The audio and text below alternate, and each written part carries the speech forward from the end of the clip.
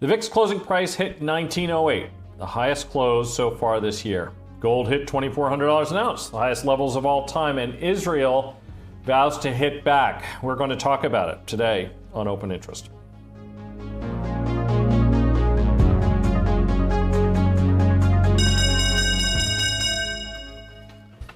Hello, everybody, and welcome. I'm Mike Coe. Welcome to Open Mic, sponsored by OptionPlay. Please be sure to leave your questions, comments in the chat, and I will try to answer as many of those as I can. I just wanted to, while I remember, offer a quick and important programming note. On Wednesday, when we're going to do this live stream at 4:15, we're planning to be joined by my good friend, co-author and professor at Rutgers, Mark Guthner. So be sure to tune in for that. We're going to be talking a little bit not only about the economy, about inflation, about rates. These things are all areas of expertise that Mark has, but also valuation, which oftentimes we don't get to talk about in great detail in shorter form content. Okay, paraphrasing, be fearful when others are greedy, be greedy when others are fearful. That is largely attributed to Warren Buffett. He famously wrote words to that effect in an investor letter that he wrote in 1986. So the question we might be asking ourselves right now, as gold hits all-time highs, as the VIX hits its higher level of the year, are people fearful enough that it is time to be greedy? So interestingly, even before we had today's sharp reversal, I was taking a look at this over the weekend to try to get a sense of, what constitutes fearful if we're going to use something like the VIX as our barometer. A lot of people refer to it as the fear index or the fear gauge. How fearful are investors when the VIX hits a level of 19 or so? And the short version is not terribly. So while that is high for this year, and it's high for the recent history, excluding, of course, the zenith, which it reached in the pandemic plunge, March of 2020, the VIX actually exceeded 82, which was its highest levels of all time. But if we go back for as long as there is a history for the VIX index, which dates back to January of 1990. Now, the VIX index itself wasn't created at that time, but they were able to calculate what it would be because the VIX index is actually calculated from SPX options prices. And of course, they had a long history for that. So they can actually recreate the period before it was formally introduced and see what the level was. The average since that time is, in fact, about 19. And what we see is that it is definitely true that if you, in a vacuum, just take a look at the highest deciles for where the VIX is at any point in time, that the expected returns over the ensuing 4 weeks or so is definitely higher. It's not necessarily true when the VIX is at these levels.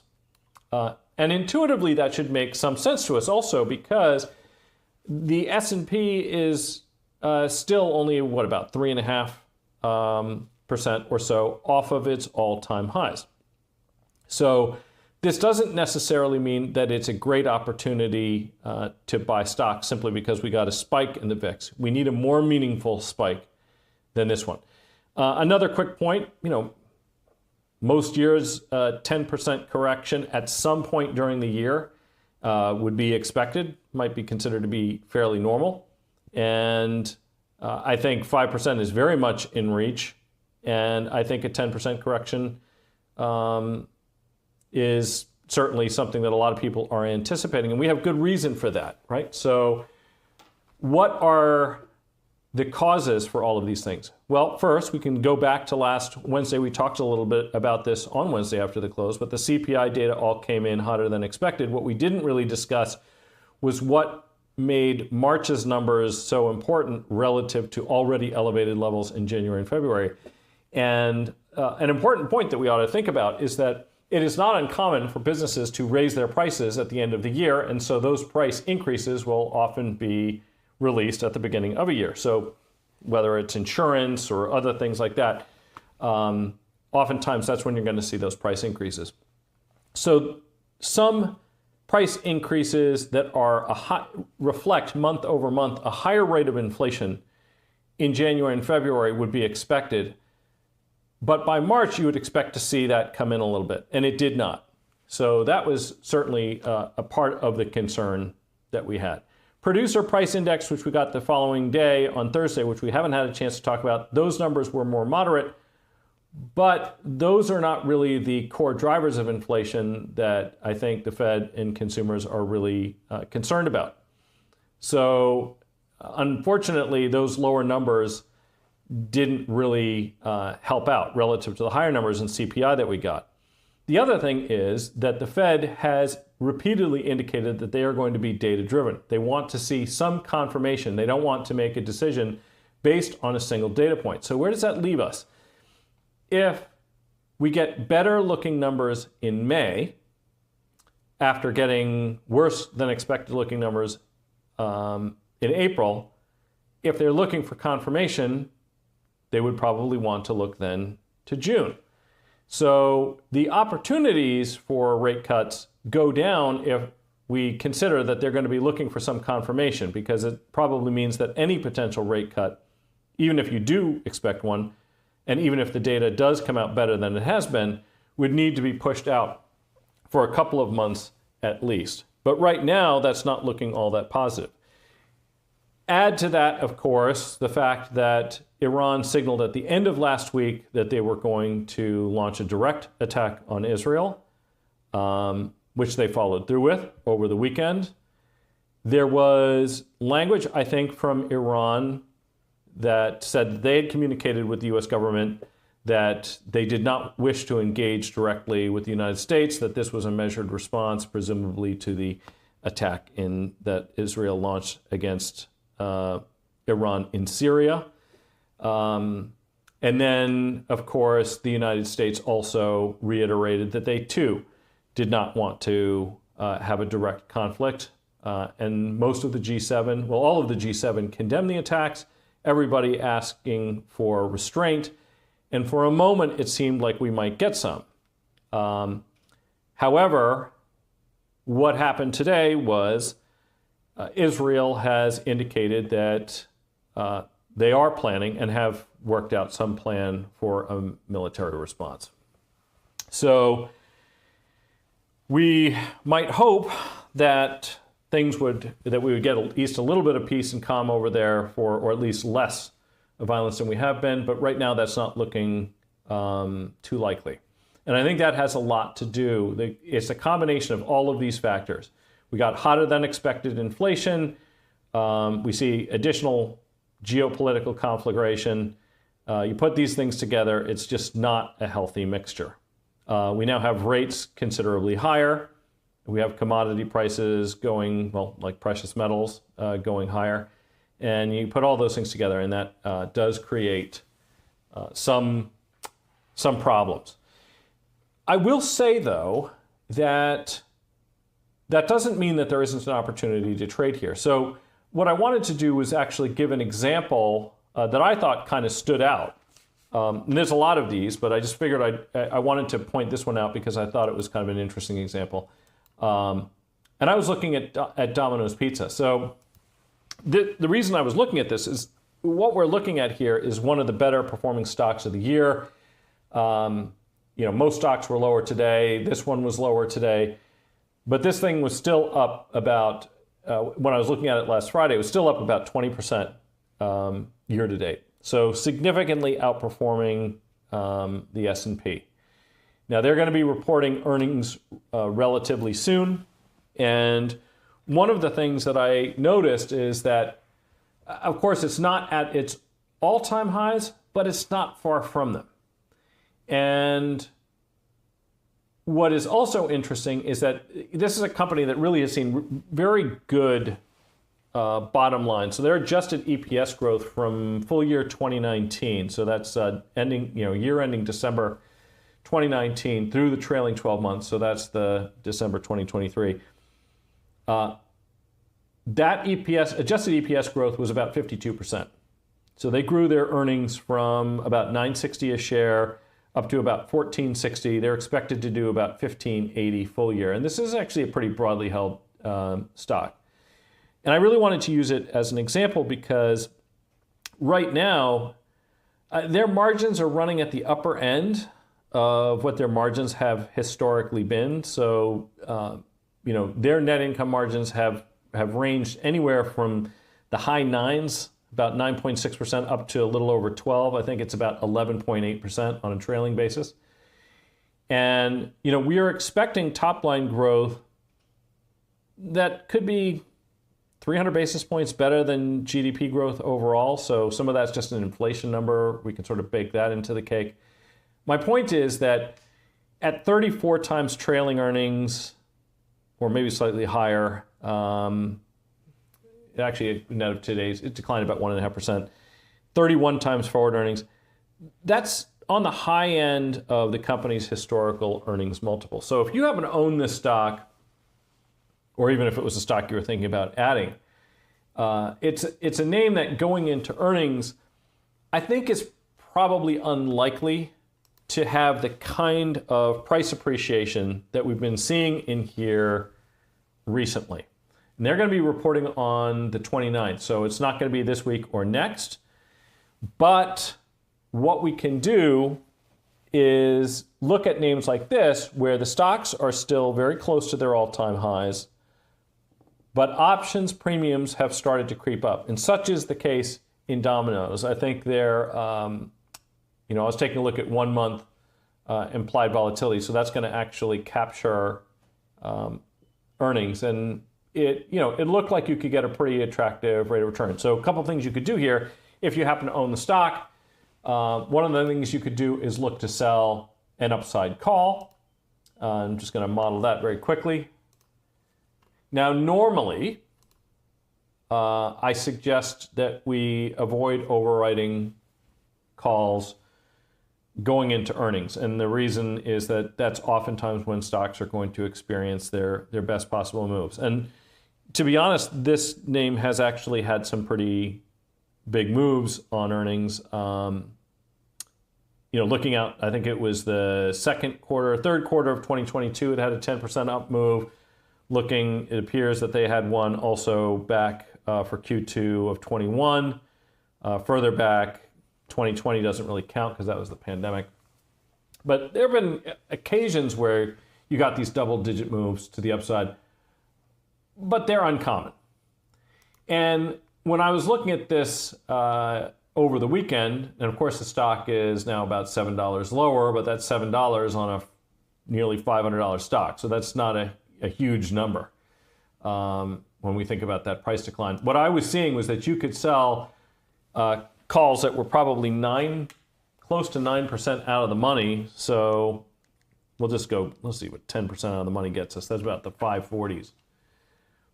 So those are 360. The 530s, okay, as some of you may know, I usually like to see premium of at least 1% of the current stock price. This is going to achieve more than that. So the upside break even, selling this call against a long stock position if you own it, is going to work out to, so we're looking at almost a 10% increase, 9.74% increase before you're worse off for having sold this call. Just to the strike, round numbers, we're looking at about 8.6%. So that again would be quite an upside move from here. And could it hit fresh all-time highs between now and May? It's possible. But it does feel like the market's a little bit wobbly here. The valuation is a little bit on the stretch side, despite the fact that they've been operating very well and generating some decent free cash flow. But this is not something where we're going to anticipate, year-on-year growth in the teens or higher. We're looking at probably growth that's going to be more in the mid-single digits. I highlight this example because there are a number of them. What are you looking for within the stocks that you have? Well, And that's actually the best place to start looking, right? Because you will know in your portfolio those stocks which are at or are very close to their all-time highs, because you're probably looking at them every day. What you're going to find is that options premiums on single stocks, on several single stocks, these things have gone up quite a bit in this recent increase in options premiums. So as the VIX has risen, so too have options premiums on single stocks. And in fact, Goldman Sachs put out a piece, I think it may have been last Friday, I was just looking at the highlights of it. But the gist of it was that concern is probably up more than most people recognize, partially because some of those increases are in fact being seen in single stock options premiums, more so even than the increase in index. This brings up another point, which is that if you start selling some premium against the stocks that you own, and you're getting better yields for them, then you should not mind paying up a little bit for some index insurance. That relationship, that relative discount, remains intact. So some people will, if you ever hear somebody referring to implied correlation, this is what they're talking about. The implied correlation is really the relationship between the price of index options and the weighted volatilities of all of those constituents within it. So I'm looking right now, and it seems like so for the SPX, looking at the top 100 constituents of the S&P 500 right now, the implied correlation is just under 22. Realized correlation is actually higher than that. So what that tells you is that theoretically, there's edge in that trade to be long index premium and short premium on the single stocks. That's a favorable relationship to be in. I will make the following point, which is that can be a little bit deceptive at this particular juncture, and the reason is that we're in earnings season. The bank started to kick off last week. We got Delta reported on the 12th. I think they were the first. Then we had JP Morgan, Goldman Sachs came out with good numbers today, and we're going to be getting several others. When you have earnings, you sometimes get these idiosyncratic moves. Stocks start moving just based on whatever it is, rather than moving with the market. So it's not going to be so much market beta, but it's going to be more related to what companies are reporting when they do. So that can create more dispersion, and so that's just something to sort of be aware of. That might be a reason why you would see implied correlation look the way it does. But it is important to think about that. Okay, so with that in mind, let me go ahead and try to take a couple questions quickly. Okay, Mike, what's your strategy for a call calendar spread after the first earnings have been reported? Stock shoots up, stays put, or tanks? For example, Friday, CNBC, Netflix, July, April 650 call spread. Very good. Well, let's talk about that a little bit. So yeah, if you were watching Fast Money on Friday, you will know that Carter was expressing a continued bullish view on Netflix. Stock obviously had been performing exceptionally well. I had admittedly been a little bit skeptical a while back that they might face some pressure as part of the so-called streaming wars. It seemed like there was a lot of folks entering the space. Disney seemed like a legitimate threat. Remember, if you go back well in time, for those of you who follow Netflix, that in the early days, this company never generated any free cash flow at all. And one of the biggest knocks on the company was that not only were they not generating free cash flow, which suggested that maybe the picture wasn't that great, but there was always this sense that the company, whatever they were going to generate on the revenue side, was essentially going to get paid away to get their content. And what a difference we find ourselves in now, because I, like many of you, have probably tried many of these other streaming services, and Netflix ends up being the one that people frequently come back to, and now they're generating their own content. People seem to like it. They resumed a path of growth. They got people to absorb price increases, and although I haven't experienced it because I wasn't borrowing other people's logins to use Netflix. My understanding is that they're cracking down on that, so they're monetizing more effectively, and the company's been doing very well. That said, the company right now is getting, it's getting up there in valuation. Not totally unreasonable. So somebody did push back on this particular trade, and what they were commenting about is I said, look, the thing's trading about 36 times earnings, which if you're growing your adjusted EPS in the mid to high 30s, which they have been, is not an unreasonable valuation. That gets you to a PEG ratio of about 1 or even slightly under, so not so bad. Somebody said, no, well, I think that they're trading in the mid 50s times earnings. Well, two ways to think about this. I don't know which earnings that person was looking at. If I refer right now to earnings, I actually, and I should probably always say this, I'm thinking about full year earnings, full year 2024. So we've already gotten the first quarter. We kind of know, we have some sense of how things are looking. On that basis, the company's probably going to do between, low mid 17 bucks a share ish. So at that number, they are trading about 36 times, especially this 607. So let's see.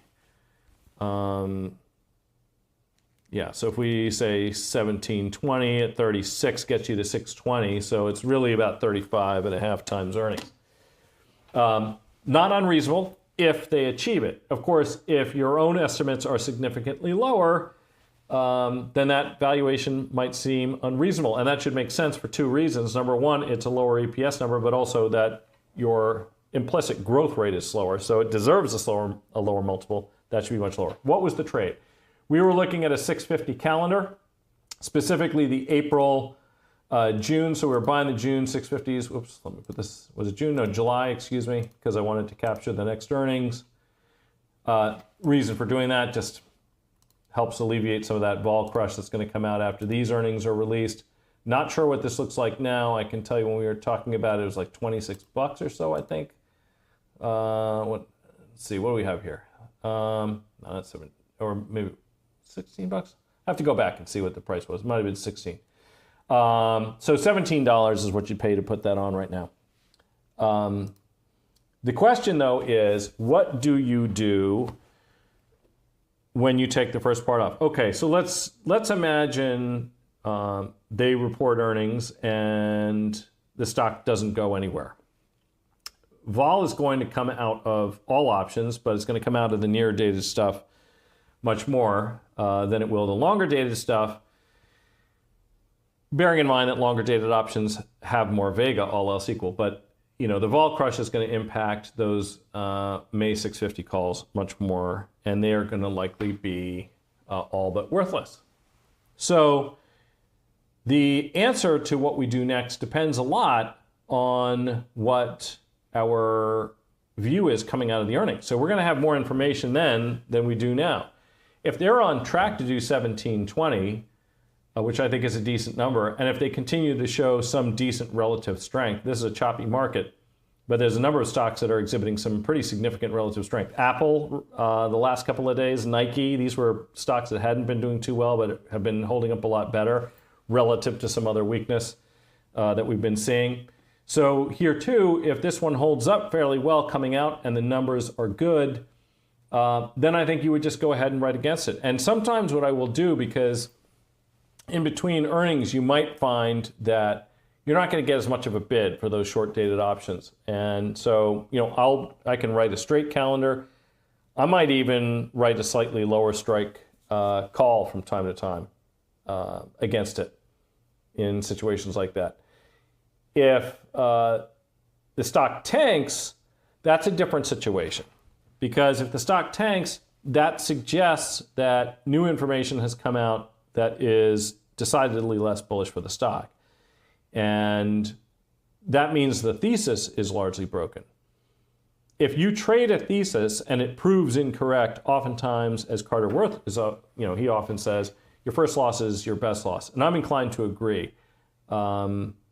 Very few things are more distracting to me than having putting a trade on, not having it work out, and getting information that suggests that things are not what I thought.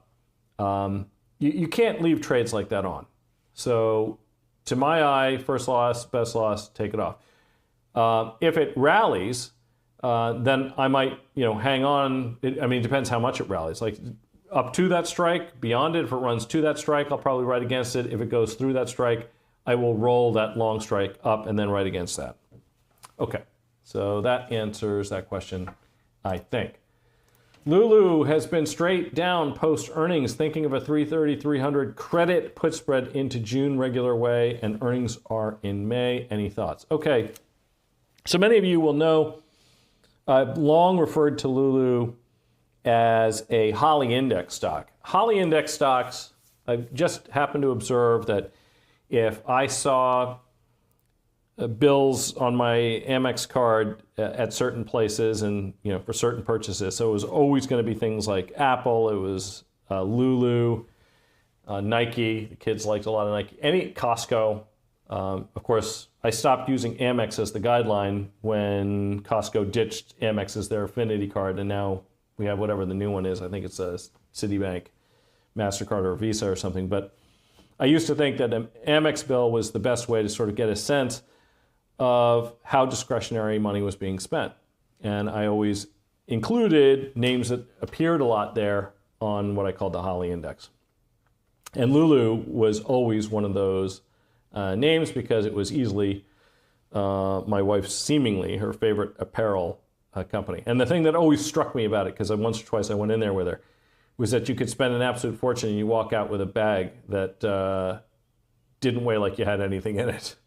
So I felt this has got to be a good business. You're taking a lot of people's money and you don't give them much in return. That's a nice business. So I always liked Lulu. Interestingly, I learned recently, because Lulu started to turn south. We had a position in it. I called Holly up and I said, "Are you still buying Lulu? Do you still like Lulu?" And she said, "Yeah, I still like Lulu, but I like Viore," or I think she said Viore or something. And she bought me some pair of sweat type pants from Viore or something like that instead. Turns out it just shows how clueless about these things I am. I have no idea. But it turns out this was considered more, more popular now. So yeah, the Lulu situation is pretty fraught. That said, the stock is down quite a lot here.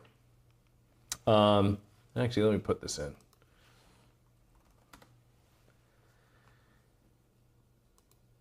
So, thing was 511.29 just after December, 334 now. In terms of valuation, this gets us to a market cap that the company enjoyed back in 2021. Seems like somebody is working on the windows outside my office, so I apologize for the banging. That's a little bit distracting. Right now, the company is actually worth less than it was at the end of January of 2021, and they're trailing, doing about $9.6 billion in revenue on a trailing basis. That's more than double what they did at that time. They're probably going to do $14 a share full year. Not anywhere near the kind of growth. So this goes to that earlier point, right? So there is the multiple and there's the growth. Higher growth means a higher multiple is justifiable at, we'll just use, again, round numbers, 3.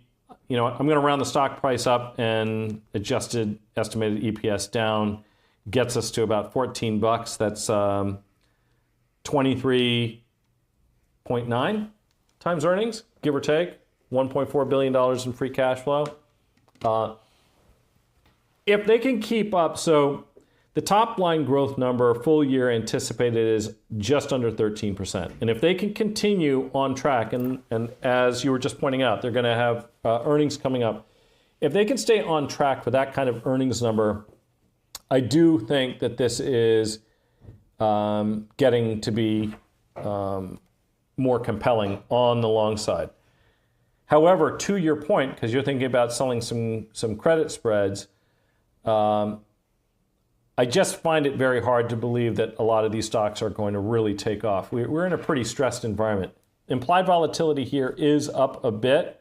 3-month implied volatility is probably at, above the 6-month average. Let's take a look, though, at 1 and 2-month options premiums. I'm going to take a look. So they're going to be reporting earnings on the 31st. So you would have to look out to June at least. So let's see what you get. Well, let's take a look at 2 things we could do, right? So one of them is the credit put spread that you're talking about into June, which it captures. And the other is something like a buy right. So very straightforward. You buy the stock, you sell some calls against it, something like that, or a cash covered put. So here's 3 possibilities. Let's walk through all 3 of those. Let's start with the one you proposed, which is the June 300 put credit spread, and see how that looks. All right. So a couple things about this. And let me extend this chart a little bit. So you would effectively be getting long the stock if you sold this for the $10 at 320. That's going to get you back to levels that we haven't seen since, mid 2022. It did get slightly lower than that. It got down into that, did, as we can see, break below 300 for a period of time. One of the reasons why it might make sense to buy that 300 put as insurance. So that's the good news about the trade. More good news. $10 is a third of the distance between the strikes. I like that as a payoff. So that's also good news. The bad news about it, if there is any, and I think there's a couple things, it's discretionary. Not the best place to be if the market really does well and fully correct. It has not exhibited the same relative strength that Nike suddenly came up with. People who are following this may have noticed that, Nike was just looked all but dead for quite a while. Suddenly started outperforming. On up days it was up more. On flat to down days it was still up. Feels like there are some buyers lurking, and that one has gotten cheap. I also think it might be even slightly less of a discretionary item. There's some of that purchased. You would anticipate that there's going to be some sort of residual demand, which might not exist for something like Lulu. The other thing about Lulu is that over the course of the last several years, even excluding the pandemic, they've had a couple sharp pullbacks from time to time. So the stock fell almost 40% back in mid-22. It fell about 37% later that year after it had rebounded. Right now, we are down 34.5%. I'm not entirely sure that this is done. In fact, just looking at the chart here, and I'm not a chartist, so I'm speaking out of school here a little bit. This is probably a good one for Carter or somebody like that. If there's a level of support, he often says the lines draw themselves, so why don't we just go ahead and draw some? I would have to say I'm not sure. Is this that level over here? Well, maybe it rebounded off of this. This actually almost looks like a gap. You could potentially be filling it. Beyond that, we're looking more like down in this range, right around 300, which is the put that you're talking about. That also, I should say, which represents about a 10% discount to the current stock price, is going to get you into that 21.5 times earnings territory, which for a 12% grower on the top line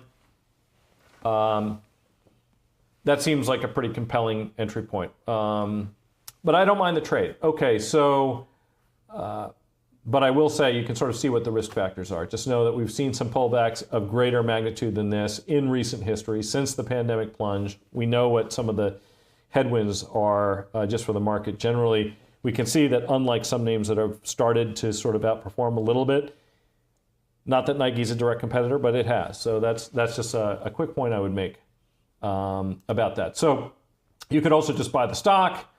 And you can see, by the way, if you're looking at the OptionPlay application, that the technical indicators that the system is using doesn't seem to be particularly enamored of it.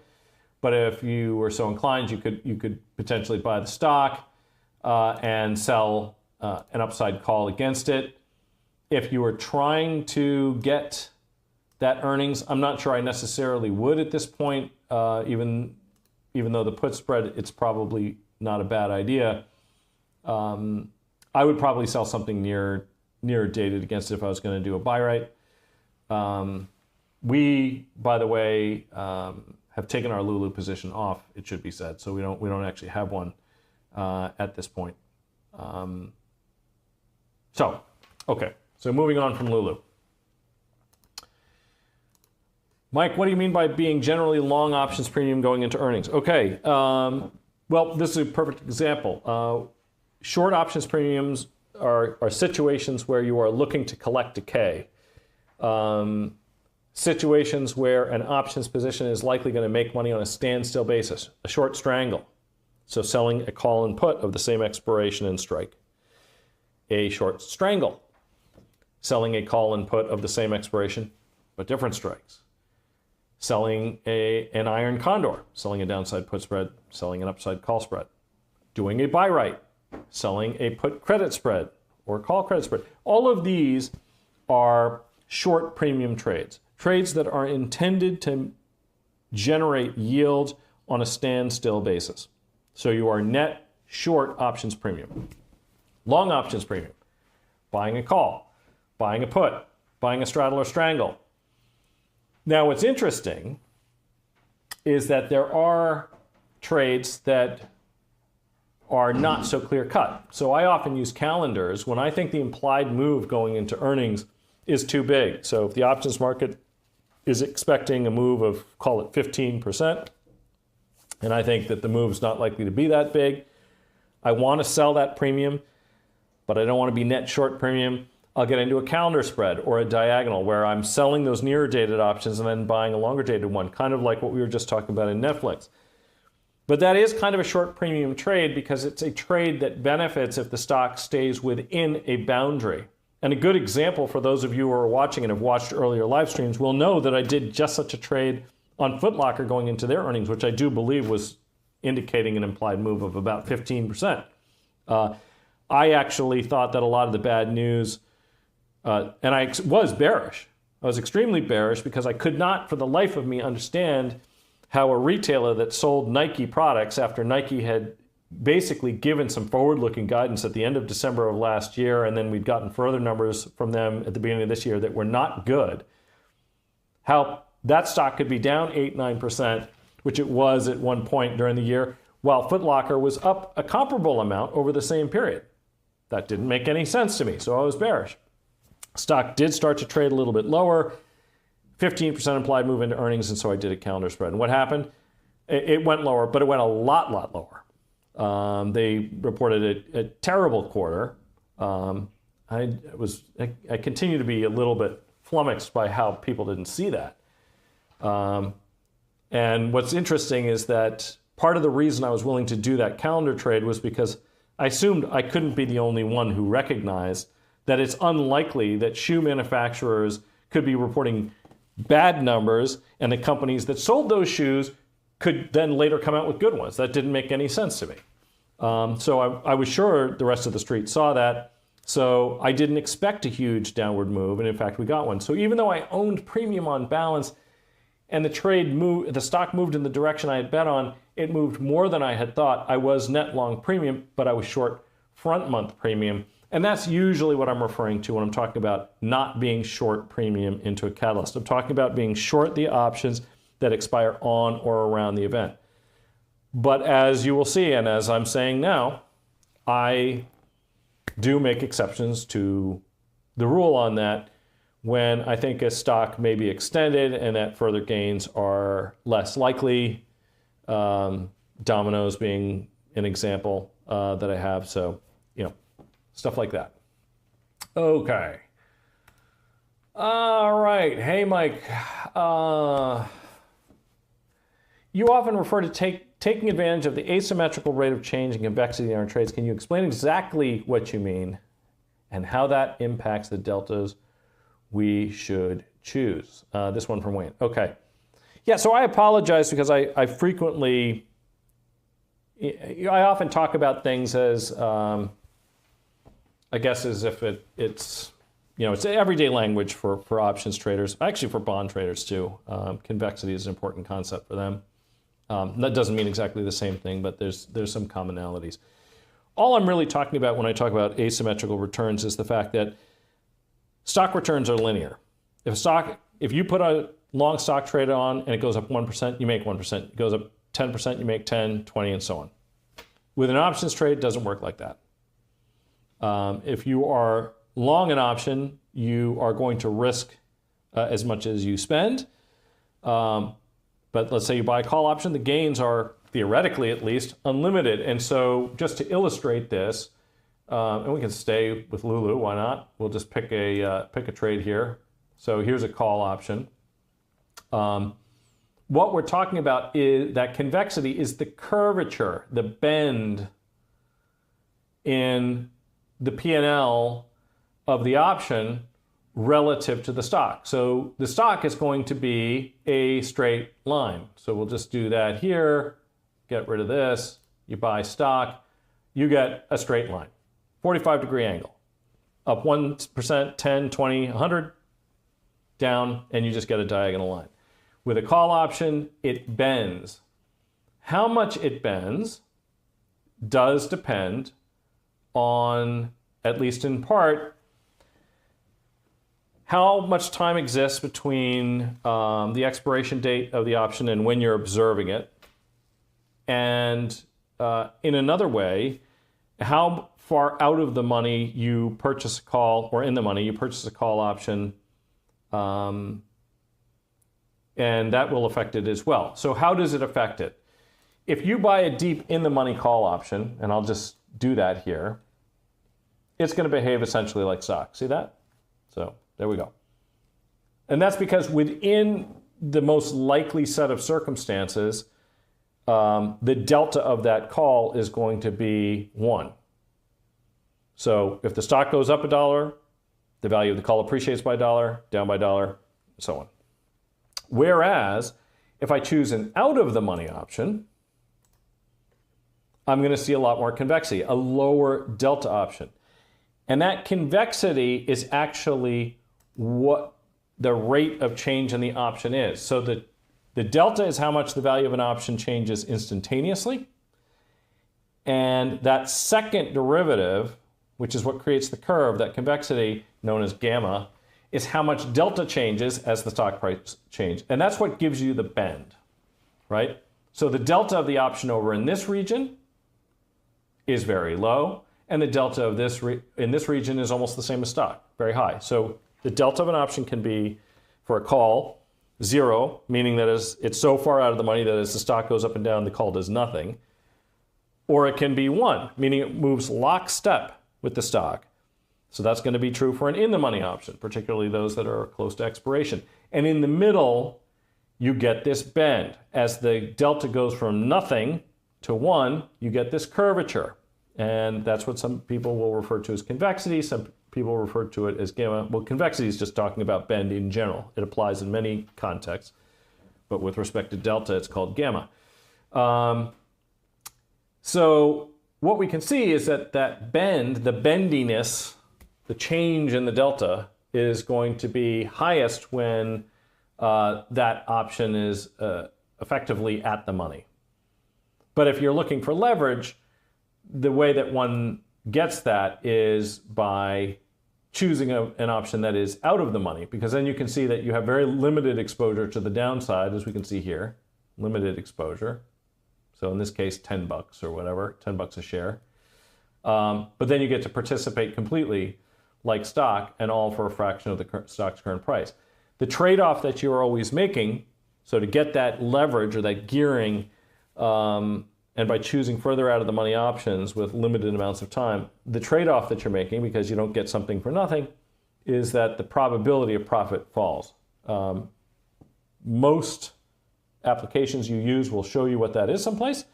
In OptionPlay, it's right here, POP, probability of profit. So if I choose a further out of the money option, I'm going to get a whole lot more upside relative to the downside. I can see where that convexity is, but my probability of profit falls. Okay. Is the VIX a trailing indicator people use as a predictor for the future? The VIX is not a trailing indicator. That's the first thing. The VIX is a forecast. It is a real-time forecast of the volatility that is implied by SPX options prices looking 30 days out. So the VIX today is not the same instruments. The underlying instruments for today's VIX are different than tomorrow's and are different from yesterday's and so on. It's always looking 30 days out. And this is the reason the VIX isn't tradable, because it's always a fixed rolling forecast. You know, some people, I remember when it first was tradable as a future, you know, people would say, oh, well, I want to, you know, the VIX is 14, so I want to buy it, and I'm just going to hang on to it until it turns 80. Well, it's not possible to do that. That's a lot like buying the weather forecast on January 15th for February 15th and saying, well, look, the forecast is only 30 degrees. Surely the temperature is going to be higher than 30 degrees at some point. So I'm going to buy the February forecast, but hold it until July. It's not the way the world works. July's forecast is July's forecast. February's forecast is February's forecast. And you're always looking ahead. So why do people think they can use it as a predictor? Well, I would argue it is for the exact same reason that we sometimes think of things like RSI, Relative Strength Index, and other metrics of how stretched a market is in one way or another as a gauge of sentiment. When the VIX index is very high, that suggests two things. Options premiums are being bid, and more often than not, that also means that the market has recently experienced a drawdown. If the VIX is 40, it has experienced a very big drawdown. And the fact of the matter is that in circumstances like that, you often will see that the 4-week returns are markedly better than the long-term average. So since the VIX was introduced, and the only reason I have this off the top of my head was because I happen to be looking at this anyway in the context of the VIX. So since January of 1990, the 4-week average return for the S&P is 73 basis points. But if you take a look at the top 2 deciles for the VIX, so if you divided all of the VIX readings over the course of the last 30 years, and you said, okay, the highest readings are going to be in the 90s and the lowest are going to be in the 10s or single digits and so on. Right now, we're probably around the 50th percentile, maybe a little higher. The top 2 deciles of 4-week returns are markedly higher than 73 basis points. You're looking at 4-week returns that can be in the neighborhood of 2+%. Does that mean that if the VIX hits 40, the market is likely going to have a return like that? Well, not necessarily. What it means is that the market is really whipping around. If it hits that level, it's probably off of a big decrease. And a V bottom is not an uncommon occurrence. Think of the V bottom that happened off of the lows in the 2020 pandemic. That was the highest VIX reading ever of 82, and you could hardly have marked a better time to buy equities. So it wasn't a trailing indicator, that was a forward-looking indicator, but it was a forward-looking indicator that was a byproduct of what just had happened and expressed the fact that people had all but bailed out of stocks completely. The economy was shutting down, things couldn't have looked any grimmer. Good time to buy, time to be greedy. Others are about as fearful as they can be. But 19, where we are right now, it's a little bit more of a mixed bag. Okay. Let's see. I think this is related to the other thing. Oh, this is the one that I was talking about before. Sorry, that's the same one. Here we are. United Airlines reports tomorrow. You mentioned a put, but why so many days to expiration? Okay. Glad this came up because this was actually a calendar spread as well, like Netflix. So we own Delta, by the way, so this is not just strictly an airline thing, although, airlines I've found can always be kind of hit or miss. They just, over the long term, they really struggle to deliver. But I was looking at a 39 put calendar, buying the July 39s. Same reason, by the way, as Netflix, that I was looking at that far. Just all else equal, preferred to give that longer dated option some legs, and preferably capture more events than just the one that's upcoming, because otherwise it's more vulnerable to the vol crush that typically happens after a catalyst takes place. A couple things about Continental. I'm saying Continental. Of course, that is Continental. I used to be a frequent flyer on Continental and got absorbed by United. So United, excuse me, same airline, but showing my age. Anyway, they have more exposure to the 737 MAX, which is a real problem. This is sort of the moneymaker for the single aisle aircraft. I'm trying to remember how many they had on order. 67 sticks out in my head. Of course, there have been big production and delivery delays at Boeing. United flies a lot of older single-aisle aircraft, like the 757, for example. And these delays affect them. So airlines that didn't have as many anticipated 737 MAX deliveries or don't even fly the airplane, like JetBlue, which flies Airbus, for example, are going to be less exposed to that as a risk factor. United also has had a couple more incidents. It's probably unfair to make any kind of a characterization about how an airline is going to behave because they happen to have a runway excursion or something like that. But the fact is that these things can have an impact. Delta has historically been a little bit better on the fuel side. Obviously, we have elevated fuel prices. So all of the airlines tend to deal with fuel costs, which can be as much as 20-30% of their total net operating costs, and sometimes more when fuel prices get very high. The airlines deal with things very differently. Southwest hedges. Delta Airlines bought their own refinery. Some airlines just refuse to hedge. But these are all risk factors. We've got rising labor costs. We have stretched consumers. We have geopolitical risks. We've got the 737 MAX. If you're going to be in the airlines, just be in the one that it seems to be hitting on at least most cylinders. Luckily, planes don't have cylinders. Turbofans, luckily. I don't think I want to get into a piston plane, but I think that's probably Delta. Southwest, which I thought was a good operator for a while, the hedging fuel cost does come at a cost. There's a sort of a perpetual drag. Their routing system is much more dependent on their software systems versus sort of the conventional hub and spoke approach. And we saw that they had some huge breakdowns, and apparently they just had not been doing a whole lot of investment in their systems, and that created some problems. So just taking a look at this trade, I looked out to July, captures a couple catalysts, captures the beginning of summer, gives you lots of room. Shorting that downside put going into the print. Stock's already down 2% today. If one wanted to sort of follow along, you could either do this or adjust the strikes because the stock's down almost $1. But this one is actually implying a pretty big move too, by the way, if memory serves. I think that straddle was well more than 8% of the current stock price. What are we looking at here? So the stock was traded pretty much 41 the figure on the close. Yeah, we'll call it 340, 335, 340 for the straddle. So over 8% by the end of the week, 4 trading days away. It's a pretty big move. Pick a direction, that's the other thing. with the calendars. It's better if you have a view. It's probably better to have a view no matter what you're trading and for whatever reason. Okay, so what else do we have here? We have plenty. Okay, we're in a sinking market. Do you write shorter or longer duration covered calls in a weakening market? Do you trade covered calls only on bullish stocks you own, or do you buy and write options? Buy and write options, no, but I will use pullbacks to sell puts.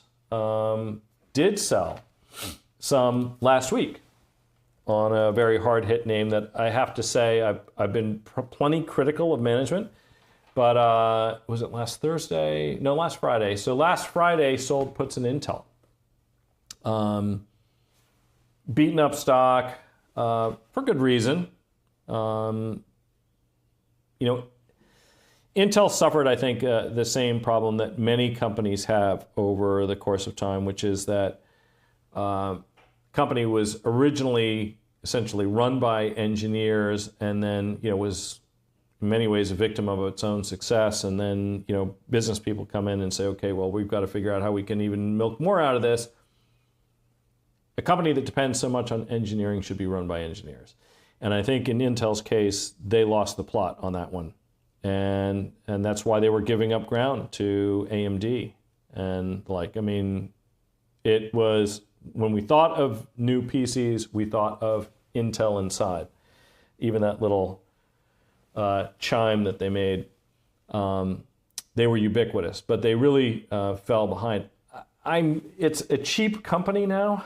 I'm hoping that they're kind of turning the corner on this, and that they're going to figure out how to bring things back. This is a company, take a look. It was only a couple of years ago that they were making, a couple of years, 3 years, full year 2021. So we'll call it 3.5 years ago. The company generated $4.60 in adjusted EPS. If you can't see on the screen, I'm pointing to it right here. On $75 billion worth of revenues. This is what the company, run properly, is capable of. Cyclical, competitive, all of these are things that are challenges. The company is carrying more debt now, so you can see that the market capitalization was significantly higher then than it is now. But the company carries $20 billion plus in net debt, so not quite the same balance sheet that you were going to have before. But the company, it felt to me like maybe it was starting to gain its footing a little bit. Vol was high, stock had and take a look. So we sold puts, I think it was Friday afternoon, so it was on my 2:30 call. And stock did finish a little bit lower than where we sold them, but it actually caught a bid today. And with the market lower, Intel's higher. Sometimes it's better to be lucky than good, right? Pretty good example. That's how I would usually play it, though. When premiums get up, stocks are down, and I haven't really decided. And the truth is, look, selling downside puts and buy writing the stock aren't really that different, because a buy right and a put are synthetically equivalent to one another. But psychologically, it makes a little bit of a difference to me if I'm saying, oh, well, look, I'm going to buy the stock 5% lower than the current stock price. And if it gets put to me, then I'll write against it. It's a little bit different than simply buying the stock and selling the upside straight away. Whether that makes sense, I can't really say. That psychologically, to me, it's just easier to sell puts when I start thinking that a stock's becoming like a reasonable value. Essentially thinking of it as getting paid to put a limit order in to buy the stock at a level that I've sort of previously identified as good. The fact is that you almost never want to get assigned on these things. Okay, what strike and expiry did you sell the Intel puts? Good question. So they were very short dated. So very often in situations like this where I'm kind of expecting that maybe, hey, I'm going to get this stuff and start running against it. In this particular example, they were very short dated. But that isn't always the case. Sometimes you get a big fat premium going out in time, and when you see that, you want to take it because you actually can get a huge discount on the stock, and you can kind of lock in a rate of return at relatively low risk, lower risk than buying the stock in any case. So that's going to depend a little bit. When you get a quick vol pop and it doesn't affect the term structure that much, so the longer dated options aren't getting a huge bid, then sometimes you can go further out in time. But in this particular instance, like you're just taking a look at the term structure right now, and I probably made this chart. This has got too much stuff. It goes all the way out to 2026, so I should probably adjust that setting so you don't have to look at it. No need to look at all of those expirations. You don't need to go out that far. I'll go out just, we'll call it 9 months. How about that? Okay. So this is the term structure going out 9 months. And what you can see is that, these short-dated April 26 puts, which is not surprising, right? Because we've got a catalyst coming up, so that's one of the reasons. But those are the ones that really have a juicy bid. So that happened to be what we sold there. Absent a catalyst, though, when there's a really big long-dated premium and you see implied volatility just consistently higher than what the stock realizes and you're getting into a good spot, then I'll look a little further out in time. And you improve your probability of profit in those cases. Also, stocks can do all kinds of things in the short term. So not that 3 to 6 months is the long term. Let's make that clear. 3 to 6 years, maybe. Warren Buffett, for him, it's decades. But in the short term, the market's a voting machine. In the long term, it's a weighing machine. And you're actually weighing those two things against each other. If you feel like you're getting a washout that's overdone, premiums are a bit high, you like where the stock is, then you might pick the shorter dated one. If you just think like there's a chronic mispricing and you want to take advantage of it, then a longer dated one probably makes some sense. Thoughts on BA with a catalyst? I'm pretty sure that a few years ago I described Boeing, this is before the 737 MAX debacle, as one of America's truly great companies. And it just had so many things going for it. First of all, incredible demand. I remember at the time that I made those comments, I think that the anticipated increase in single aisle, like 737 style aircraft in China alone was like 5,000 units. They had a 5-year backlog. They had one primary competitor, and the thing is that if you have an existing customer base for your airplanes, the other company really has to do something remarkable to get that business. And there's a couple of reasons for this, but one of the reasons is simply retraining expense.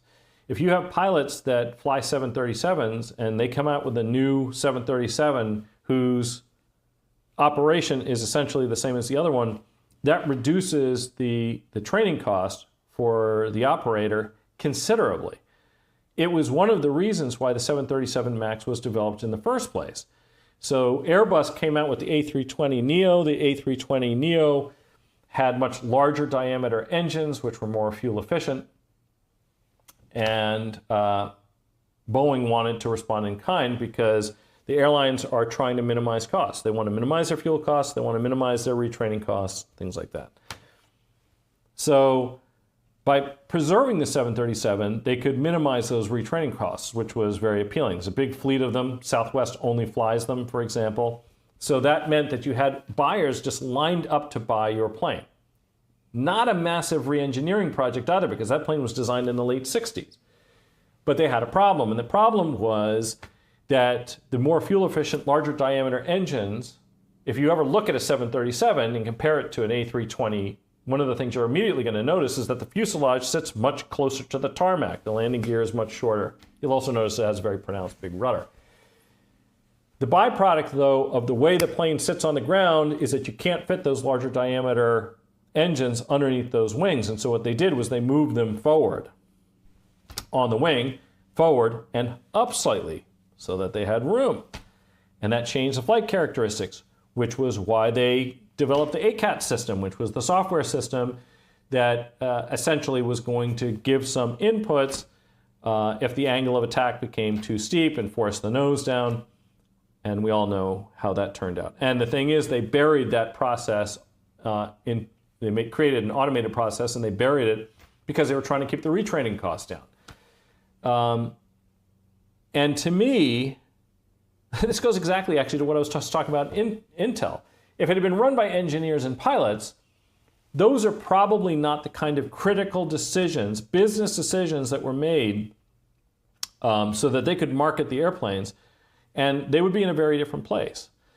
So I actually think it's right that management, well, now two managements have been thrown out at Boeing. They made a critical decision, and it's just a huge mess to clean it up. It costs lives, badly shaken my confidence in the company. I'm assuming that new management is going to recognize the mistakes of the old and that they're going to correct that. But then they just keep stumbling, don't they? The plug door situation, so interiors are installed in one place, part of the outfit of the airplane, and construction is handled someplace else. They bring the fuselage with a plug door. Plug door, by the way, is just kind of what it sounds like. Sometimes it has a door, sometimes it doesn't. When it doesn't have a door, they just put a plug in. That gets fastened, and they put the interior of the plane in.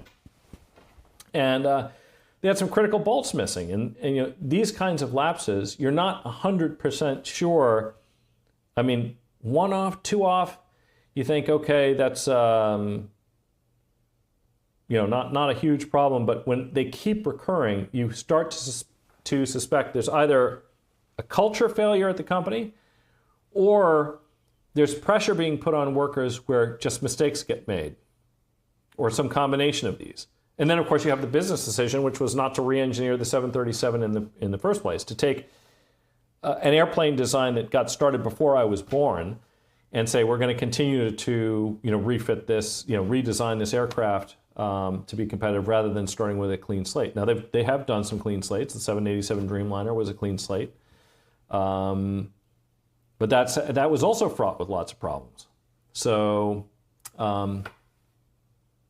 that's my thinking on BA generally. Potential catalysts. We've got earnings coming up on the 24th. They have an annual general meeting on the 17th of May. And then we have looks like there's a transportation and industrials conference coming up. One final thing about Boeing, I will say. So here's another question. Same company that we're talking about. How much of the BA problems are poor maintenance problems at the operators?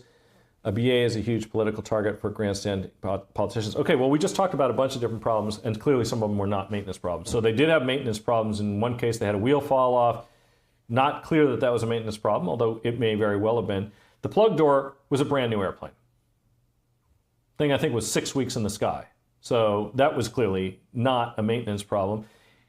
And frankly, the decision to opt for an ACAT software program to account for a change in flight characteristics because you wanted to adapt an old airplane design to modern engines is not a maintenance problem. That's a business decision, and it was a bad one. Grandstanding politicians, they're a problem in every single possible case. And actually, it's interesting because, of course, we're only talking really about the commercial side. So when the board of directors sat down and they threw everybody out of the building recently, you knew that the CEO was gone the minute that the board says, we want to sit down with the most aggrieved customers and talk to them and find out what we as a company can do. If you don't invite the head of commercial airliner sales and the CEO of the company to a meeting between the board of directors and the biggest customers, pretty safe to say that those executives are out the door. But the interesting thing is that in Boeing's case, that's not their only business. I mean, Boeing is an immense defense contractor, and I like defense contractors here in general. It just does hard to imagine this isn't a good environment for them. So whether it's Raytheon or Lockheed or whomever, seems pretty good. And Boeing is a big defense contractor. Yeah, it's not just that. Let's see what else we have. Are there multiple pages in here? I think. Oh, there might be. Yeah, got some other questions. This was another calendar spread, so hopefully I answered that one. And where are we time-wise? Holy smokes. I just talk and talk, don't I? But I like, somebody once said, there are few sounds sweeter to me than that of my own voice. Could be true. Please like, subscribe.